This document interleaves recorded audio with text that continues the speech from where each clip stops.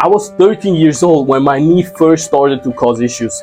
So I went to the doctors, I got prescribed all the different creams to reduce pain, advice to rest, advice to ice, and obviously none of that worked. So I just continued to play football through the pain. So together with Osgood Schlatters, my patella tendon started to chronically degenerate. And for over 7 years, I've been dealing with patella tendonitis on and off. I always managed to kind of play through the pain, push through the pain, but it kept holding me back and I never found an appropriate long-term solution. And only once I realized that it's just not worth to play through that pain consistently, continuously pushing myself, I took a step back and I looked for actual solutions. And let me tell you this, I found the superset of dreams. That's when I started making real gains for my knee, and within just 1 month my knee health has improved more than with all the different solutions I tried before combined over years. So what does the superset of dreams consist of? The first exercise is an elephant walk, the second exercise the polycline step up, and the third exercise the cow stretch.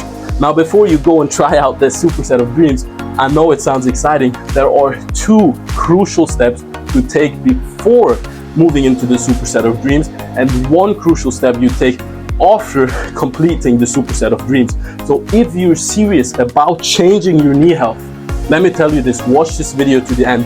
This is the video literally I would have loved to have years ago. It would have changed my life, honestly. So stick around and watch me doing the first step you want to start with before moving into the superset of dreams. It is backwards walking. Backwards walking allows you to pump your knee full of blood with as little impact as possible.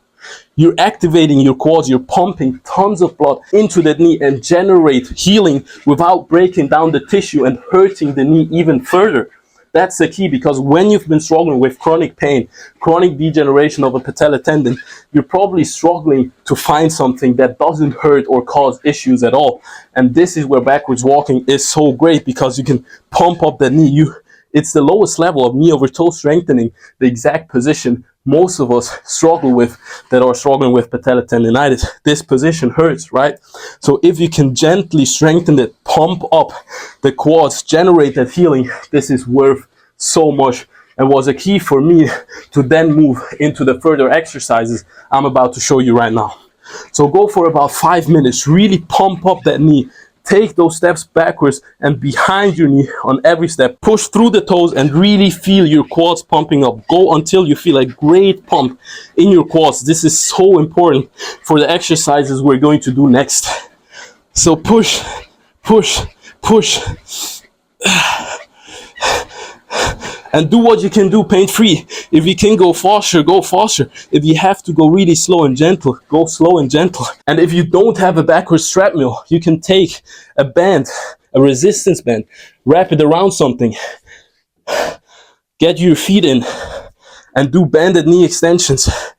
This is not nearly as good as backwards walking, but it's a great alternative if you don't have access to a treadmill. A turn-off treadmill, sled works, walking up hills works, but if you don't have any of those, banded knee extensions are really great to also generate some blood around that knee. Squeeze the quads as you extend the knee.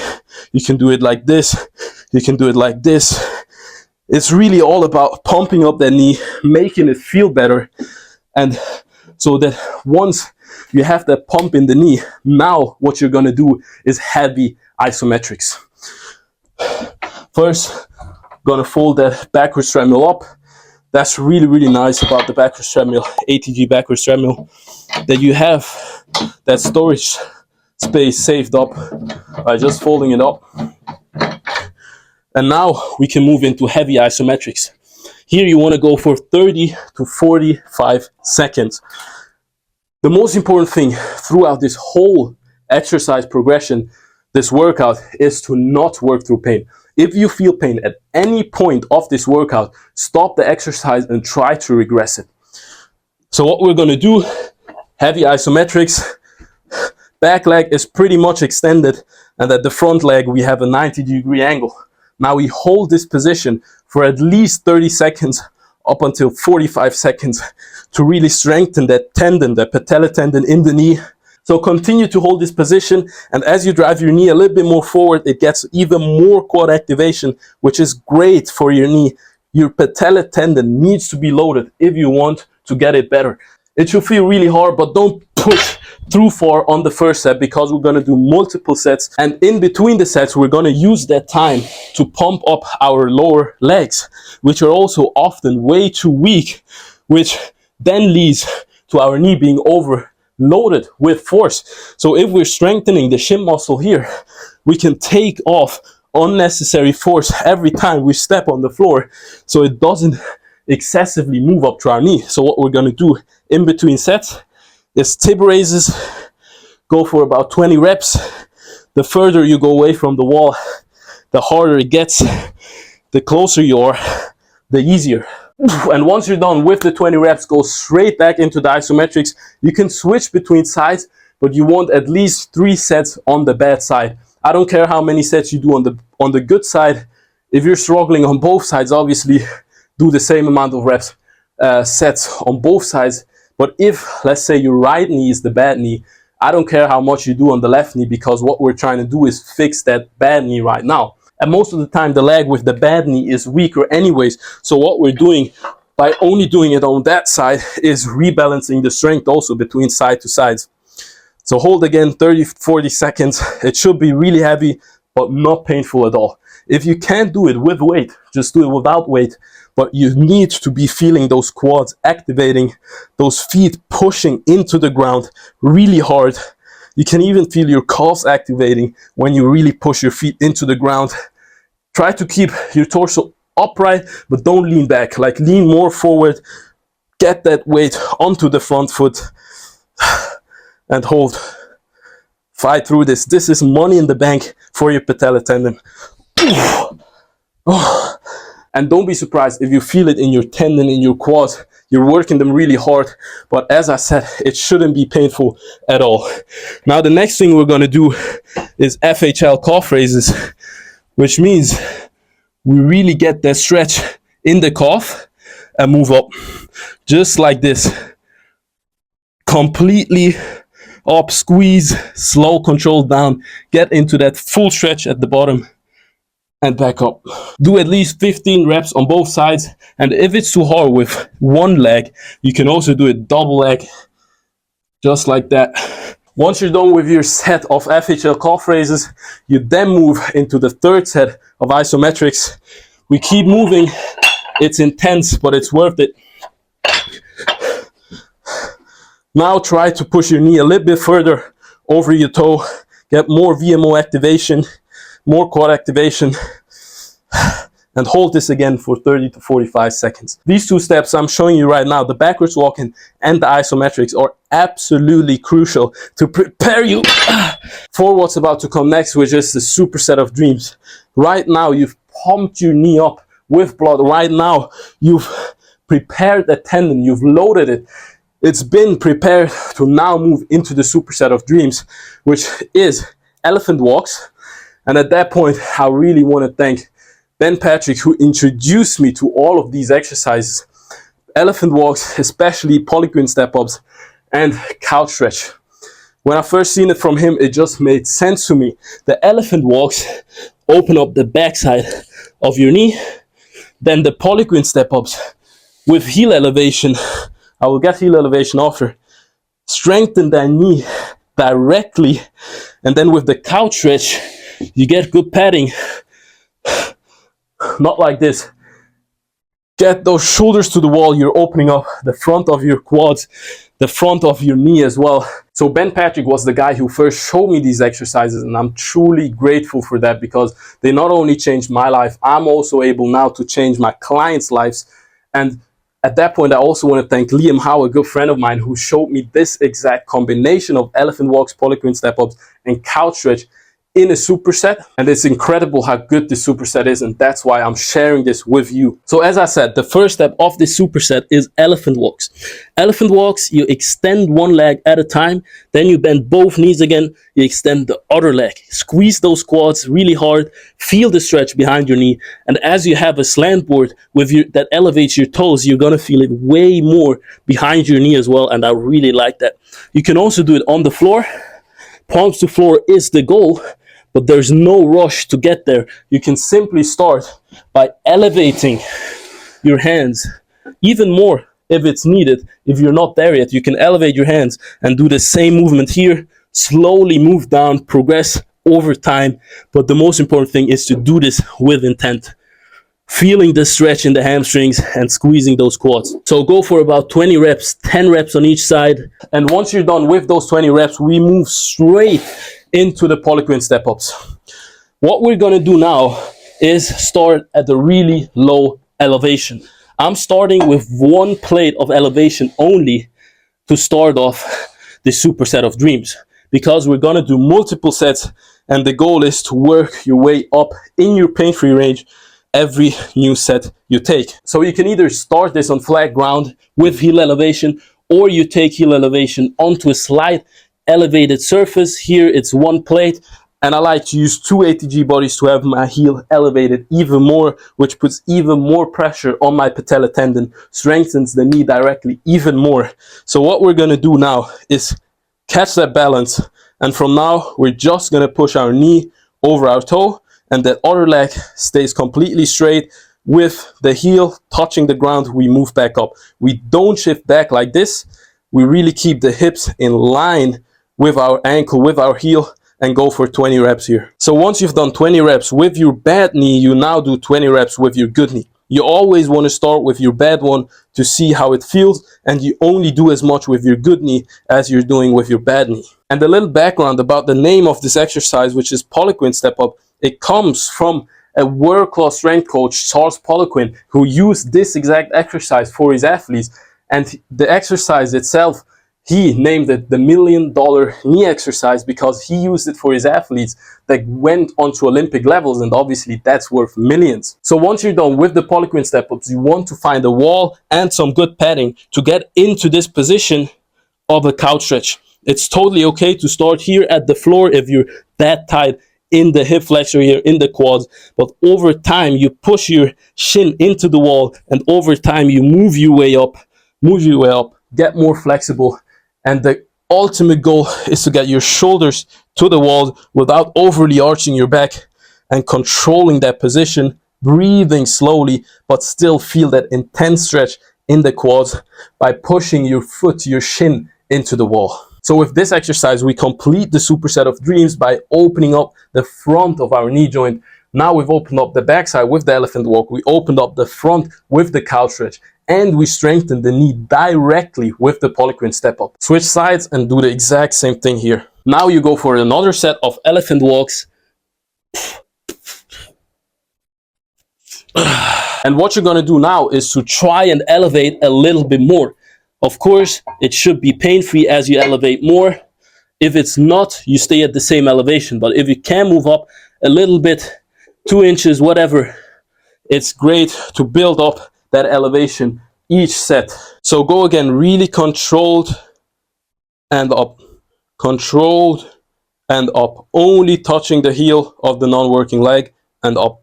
And you shouldn't feel any pain. 20 reps again. And when you look down during this exercise, you probably notice your knee wanting to shift out a little bit, and that's completely normal. The most important thing is really to not hinge back and take weight off that knee, because we want to be able to measure what we're able to do from week to week so we can make measurable progress. Couch stretch again. Switch sides. Elephant walk again. Now we're going for a third set of Poliquin step-ups, and we elevate even more. Progressing the elevation on each step, make sure we're not overdoing it from the beginning, but it also makes sure that we're moving up to our limit ultimately. Okay, so now you're going for a third set, still body weight, and keep that form perfect. And I have to mention this here, for some of you, it simply won't be possible to elevate further than being on flat ground with heel elevation. And that's totally fine. You find your pain-free level and you level up from there. Maybe you even have to assist yourself to take some weight off when you're at the ground. But that's totally okay. You have to have the long-term goal in mind where you think, okay, if I get stronger here, ultimately I'm gonna be able to move up slightly, and then over time you can add weight, and that's how we keep making those gains with the superset of dreams that makes your knee feel good during those sets. And I've personally noticed the higher I go in elevation and the more sets I do, the better my knee actually feels. And that should be the case. Your knee shouldn't be feeling worse as you elevate more or as you do more sets, because then you're doing too much. It should be feeling better each set. Switch sides again, and if you notice that your good knee is better than your bad knee, which would make sense, then don't try and push more with the good knee because you can. Only do as much as you're doing with your bad knee. That way we don't create further imbalances, but we rather rebalance from side to side. Third set of couch stretch, make sure to really enjoy this one. This will be the last couch stretch we're doing for this superset of dreams. We're only doing 3 times the couch stretch to not overstretch that knee as well. It's good to stretch, but we can also overstretch. So now we're stretching out those quads, the knee for a last time, and then we move up even more in elevation and we start adding weight. And I like to stress this a lot. As you move through this superset and you're feeling your knee feeling better and better, continue. But at some point you're gonna feel that your knee is starting to feel worse, and that's the ultimate limit. You want to stop instantly there. It might be after 3 sets. So you're doing 3 sets of couch stretches, 3 sets of elephant walks, and 3 sets of polyquin step-ups, and you're done. That's completely fine. You put money in the bank for your knee, and you're done. Or better said, you then move on to the next crucial step of this workout. But if you're able to continue for more than 3 sets, you stop the couch stretches after 3 sets, and you're only going to do supersets of elephant walks and polyquin step-ups. So you get into the elephant walk again for a 4th time. 20 reps on the elephant walk. Now we move up to a 4 to about 6-inch elevation, and that's where we stay for the remaining sets. Now it's really all about finding your limit. So you start with something like 5 kg, not too much weight, and you try to keep the good form, see how your knee feels. Does it feel good still? And if it feels good, let's go for 10 reps. Switch sides, go for 10 reps. 10 reps done, we go into some elephant walks again, opening up behind that knee, squeezing the quads. Go for 20 reps. Now it's really all about finding a weight that's comfortable for you. As you feel your knee is getting worse, it's not feeling as good anymore, stop instantly. That's your limit there. And the next time you're doing this, you want to be able to go at least as far to where the last limit was, and even try to push through that, push further, but if it hurts still, stay at that. That's your limit, and over time you're gonna get stronger and you're gonna be able to load more. Go for 15 reps here. Control and balance is the most important thing here. And I like to do this barefoot as well, because now I'm feeling the toes really working, the lower leg working, and you want to have that when you want a strong and capable knee. You want everything below it to work well as well. Now that you've done 2 sets with weight, you can do more elephant walks. I'll do 10 quickly to just open up that backside again. And then after that, I will go for the maximum amount of weight I can move with proper form and no pain in my knee. So we had 3 sets of building up the elevation, then 2 sets of staying at the same elevation and upping the weight slowly. And now we're going for the maximum amount of weight I can do with proper form and no pain in my knee. For me, this is 50% of my body weight, 35 kg. And when I think about where I started with a chronically degenerated patella tendon for over 7 years, Osgood Schlatters, all that bullshit, and I was fearful of pushing more on this exercise. And the key was actually to build up on these sets from a low elevation and see what your limit is. And the next week, the next workout, you try to go for more. So you see those wins from week to week as your patella tendon gets stronger and stronger, your knee gets stronger and stronger. So this is the last set here. And the most important thing is not to work through pain on that last set, but really feel that you're getting to that limit. Clean form, control on the way down. Not hinging back, touch, up, control, touch, up, control, touch, up. Keep the balance. And go for 15 reps or less if you can't do as much. Just feel your limit. 16, getting to the limit. 17, 18, that wasn't a clean one. 19, 20. We keep it here. That's a new PR. Let's go. Money in the bank for the knees. Knees keep feeling better and better. And if I think back from where I really came from, don't give up, man. Keep believing today. Keep believing into this superset of dreams. If you need anything, send me a message. And now it's not done yet. We have one more crucial step to go. I hope so far it went well for you if you're doing this workout along with me. And if not, please go and try it out yourself. This is really life-changing if you've been dealing with knee pain, especially patella tendon issues. I know where you are. I had it all. And I'm making more gains from week to week. My knee feeling better and better, as good as it's never felt before. And when you think about how long the patella tendon was degenerating and how quickly I'm now making gains with the right exercise, with the right volume, with all the different things I've mentioned here. And obviously there's much more to it, but this is really one key aspect of the transformation I'm going through. So after really going to your limit on the polyquin step-ups, you might feel that your tendon, your knee is a little bit tender overall, maybe it feels a little bit stiff. That's nothing to worry about, really. As you think more about how bad your knee actually feels, it starts feeling worse. So keep believing in this and just keep in mind that you're gonna make the gains if you keep patience and you don't work through pain, okay? And you get the recovery you need. Now, the next step is to floss your knee. So this is how you can floss your knee. You begin by wrapping the floss band just on the top of your shin bone here, and you wrap it really tight. Boom. From now, you wrap it around, you pull, and you go up. You go towards the kneecap, pulling really hard, getting that pressure on. And as you wrap just below your kneecap here, you now go up to your quads. Really tight, just above your kneecap. Continue to wrap it around, compressing those muscles. This is really key to restrict that blood flow for what we're doing now. You wrap it around, save it, slap the knee for good luck. And now what you're gonna do, you can assist yourself, but the main thing of flossing is really to get that full knee bend. It doesn't really matter if you're going like this, that's a full knee bend, that's a full knee bend, but it puts more pressure on your knee. So really see what feels good for you. You can assist yourself, and for example, stay on your toes. I really like this one. And just get into that full deep knee bend and come up. Pulse in that bottom quarter of the knee bend.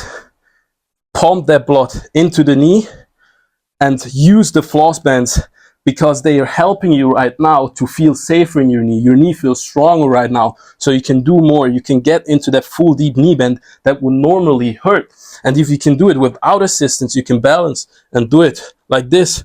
If you need more assistance, get something where you can really hang on to a squat rack, hang on the bar, and get as much assistance as you need to floss that knee and get the knee pumped up. I like to go to about 30 to 50 reps, pump that knee up.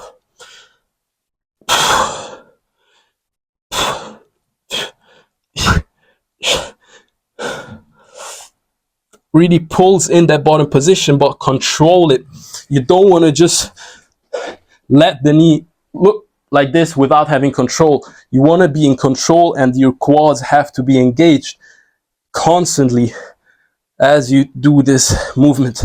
This is just an introduction of that deep knee bend that you've probably lost, or that you're probably not able to do very comfortably if you go for heavy, full, deep knee bends. Your tendon flares up or whatever. This is the easiest introduction to make your knee feel better in that deep knee bend, and now it feels like it's reborn, literally.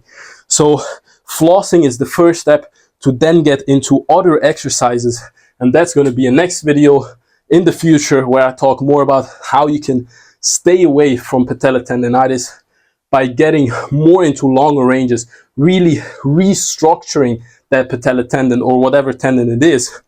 But for now, in this video, the goal is to show you that superset of dreams along with the two first steps you got to take and the last step, which is flossing, and now your knee feels really good. A lot of blood is pumping into the knee right now as we restricted the blood flow before.